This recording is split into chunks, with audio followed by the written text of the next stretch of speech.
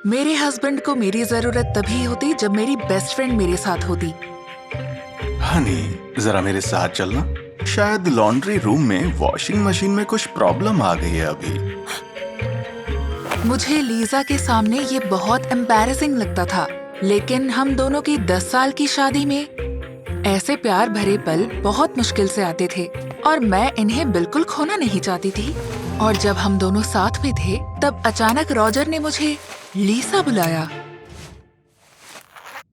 ये क्या था? तुमने क्या बुलाया मुझे? आई एम सॉरी हनी, मैं तुमसे बहुत प्यार करता हूँ, लेकिन जब भी मैं देखता हूँ तुम्हारी बेस्ट फ्रेंड को, मैं खुद पर कंट्रोल नहीं कर पाता। मुझे कुछ कुछ होने लगता है। जैसे ही मैं वापस आई, लीजा को समझ आ गया था कि कुछ गड़बड़ है। सब कुछ ठीक है ना? हाँ, एक्चुअली नहीं। एक बहुत बड़ी प्रॉब्लम आ गई है हमारे वॉशिंग मशीन के साथ। मैंने अपनी दोस्त से जाने के लिए कहा और अपने पति से साफ साफ कह दिया कि वो लास्ट टाइम है जब वो उसे मिल रहा है। रॉजर ने बहस नहीं की और चीजें बेहतर करने की पूरी कोशिश की। सॉरी, मैं नाजुक पलों में बहक गया था, मुझे माफ कर दो। मैंने भी बात को वहीं खत्म करने का फैसला किया, लेकिन जब बेडरूम की बात आई तो मुझे लगा कि जैसे रॉजर को मुझ में अब कोई दिलचस्पी नहीं बची है।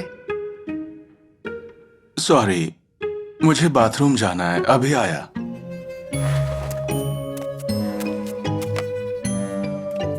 कुछ ही देर में रॉजर बाहर आ गया, मानो वो अब पूरा तैयार है। लेकिन मुझे एक ख्याल परेशान कर रहा था। वो अपना फोन साथ में लेकर क्यों गया था? मुझे पता लगाना था कि मेरे हस्बैंड को किसने उकसाया था, और मैंने उसमें लीजा का प्रोफाइल देखा। तुम्हारी ये हिम्मत! लेकिन रॉजर को इस बात से कोई फर्क नहीं पड़ा। मेरे फोन में जासूसी करने की इजाजत तुम्हें किसने दी? ओह सॉरी, वो एक नाजुक सा पल था, मुझे माफ करना। मैंने पूरी रात उसे समझाने की कोशिश की कि मुझे कितनी तकलीफ होती है जब वो किसी दूसरी औरत के बारे में सोचता है, लेकिन रॉजर ने हमारी आर्ग्यूमेंट का अंत किया, वो भी उस गिफ्ट को जलाकर जो मैंने उसे वैलेंटाइंस डे पर गिफ्ट किया था। ये तो सिर्फ कपड़े हैं, कोई असली इंसान नहीं। मुझे फर्क नहीं पड़ता, आज के बाद हम ड्रेसअप गेम नहीं खेलेंगे। मैं उस धोखेबाज के साथ एक पल भी नहीं रहना चाहती थी, इसलिए मैं अपनी उस इकलौती दोस्त के पास गई जिसके साथ मैं अपनी सारी प्रॉब्लम्स शेयर कर सकती थी। मेरे हस्बैंड दूसरी औरत को देखकर एक्साइट हो जाते हैं। वाओ, कौन है वो? मैं उसे बताना चाहती थी कि तुम ही वो शख्स हो। वो एक एक्ट्रेस हैं और बहुत ही फेमस हैं। ये सुनकर लीजा हंसने लगी और उसने यकीन दिलाया कि ये सब नॉर्मल है, खासकर हमारे जैसे कपल के लिए। तुम दोनों इतने सालों से साथ हो तो जाहिर है प्यार कम हो जाता है। इसे जिंदा रखने के लिए कुछ भी करना जरूरी है। लीजा की बातें सुनकर मुझे यकीन हुआ कि अपने हस्बैंड को अट्रैक्ट करने के लिए मुझे कुछ करना होगा। इसलिए मैंने अपने अट्रैक्टिव दोस्त को एक बार फिर घर में बुलाया। अपनी दोस्त को ऐसे यूज करना अच्छा नहीं लग रहा था, लेकिन दूसरी तरफ हमारा रिश्ता पहले से स्ट्रॉन्ग होता जा रहा था, और सिर्फ बेड पर ही नहीं। रॉजर बहुत खुश था कि मैं अब एक बहुत प्रोग्रेसिव और अंडरस्टैंडिंग बीवी बन गई थी, और उसने भी एक परफेक्ट हस्बैंड बनने की पूरी कोशिश की कि वो अब बच्चे के लिए भी तैयार हो गया था। वो हमेशा कहता था कि ये सही वक्त नहीं है, लेकिन लीजा का बार बार घर में आना मुझे परेशान करने लगा, क्योंकि अब रॉजर उसकी तरफ और अट्रैक्टेड हो गया था। हे, रुको, क्या हम साथ में कोई अच्छी मूवी देखें? और मुझे ये बात खाए जा रही थी कि मेरा पति हमारा बच्चा कंसीव करते वक्त किसी और औरत के बारे में सोचे। जब लीसा को लंदन से एक जॉब ऑफर मिला तो मैंने उसे जोर दिया कि वो उसे एक्सेप्ट कर ले। लेकिन मैं तुम दोनों को बहुत मिस करूंगी। हम भी तुम्हें मिस करेंगे, लेकिन तुम्हें सपने भी तो पूरे करने हैं। मैंने लीसा के लिए एक शानदार फेयरवेल पार्टी देने का फैसला किया ताकि रॉजर उसे एक आखिरी बार मिल सके, और ये मेरी सबसे बड़ी गलती थी। पार्टी में लीसा ने बहुत ज्यादा पी ली थी और हमारे कॉलेज के एक एक्सपेरिमेंट के बारे में बड़बड़ाने लगी। मुझे लगता था कि मैं तुम्हारा पहला प्यार हूँ, लेकिन मैं गलत था। तुमने झूठ बोला। आई एम सॉरी, पर अब इस बात से कोई फर्क पड़ता है क्या? मैंने उससे माफी की भीख मांगी और रॉजर ने माफ किया, लेकिन एक शर्त पर। लीसा को मनाओ कि वो हमारे साथ एक रात बिताए। मुझे लगा मेरा हस्बैंड पागल हो गया है, लेकिन वो जिद पर अड़ गया था। वो कुछ ही दिनों में यहाँ से चली जाएगी और हम भी पेरेंट्स बन जाएंगे। एक आखिरी बार एंजॉय कर लेते हैं ना। कुछ ऐसा करते हैं जो हमें बुढ़ापे तक याद रहे।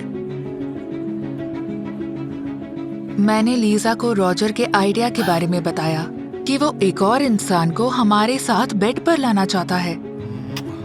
वाओ, तुम दोनों जितने दिखते हो उससे काफी ज्यादा इंटरेस्टिंग हो। उसे लगा कि अगर मुझे इस बात से दिक्कत नहीं तो ये हमारे लिए एक अच्छा एक्सपीरियंस हो सकता है। रॉजर की डिजायर पूरी हो जाएगी और वो शांत हो जाएगा। हालांकि इतनी फेमस एक्ट्रेस को इस बात के लिए मनाना इतना आसान नहीं होगा। दरअसल वो इतनी फेमस नहीं है। सच कहूँ तो वो कोई एक्ट्रेस भी नहीं है।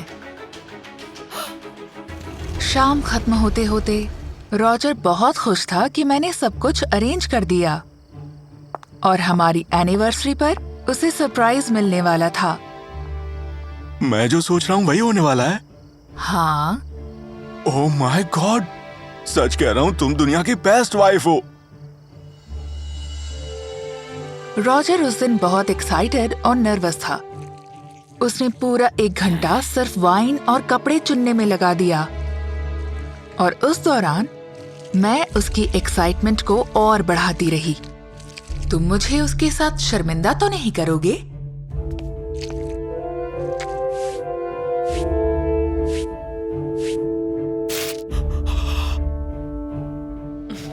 वैक्सिंग सेशन का पूरा मजा लेने के बाद मैं गेस्ट को रिसीव करने गई। ये है जेम्स। हम दोनों साथ में काम करते हैं। हाय, ये यहाँ पर क्या कर रहा है?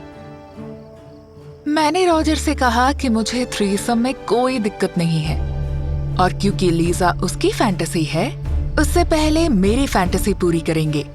ये भी तो सही है ना, क्योंकि मुझे भी तो एक आखिरी बार मजे करने चाहिए।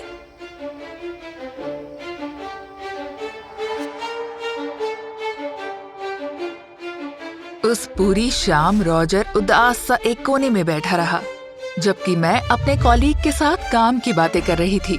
जब जेम्स ने मुझे अपना घर दिखाने के लिए कहा, तब मेरे हस्बैंड खुद को रोक नहीं पाए। बस बहुत हुआ, ये हमारे बेडरूम में नहीं जाएगा। रॉजर ने ये माना कि खुद को मेरी जगह देखकर उसे ये एहसास हुआ कि मुझे उसकी डिजायर्स के बारे में जानकर कितना बुरा लगा होगा। मैं तुम्हें अपनी जान से भी ज्यादा चाहता हूँ। मैं तुम्हें किसी के साथ शेयर नहीं कर सकता। ये किस बारे में बात कर रहा है? इस तरह से रॉजर को ये पता चला कि मैंने अपने कॉलीग को रात बिताने के लिए नहीं बुलाया। मैंने उसे सिर्फ डिनर के लिए बुलाया था। जेम्स के जाते ही शुरू हुई हमारी जिंदगी की सबसे खूबसूरत रात। ये हमारे दूसरी हनीमून की शुरुआत थी, जिसकी वजह से हमारे बेड में अब 3 लोग थे। हमेशा याद रखें, भ्रम की ख्वाहिश में आप वो भी खो देते हैं जो आपके पास होता है।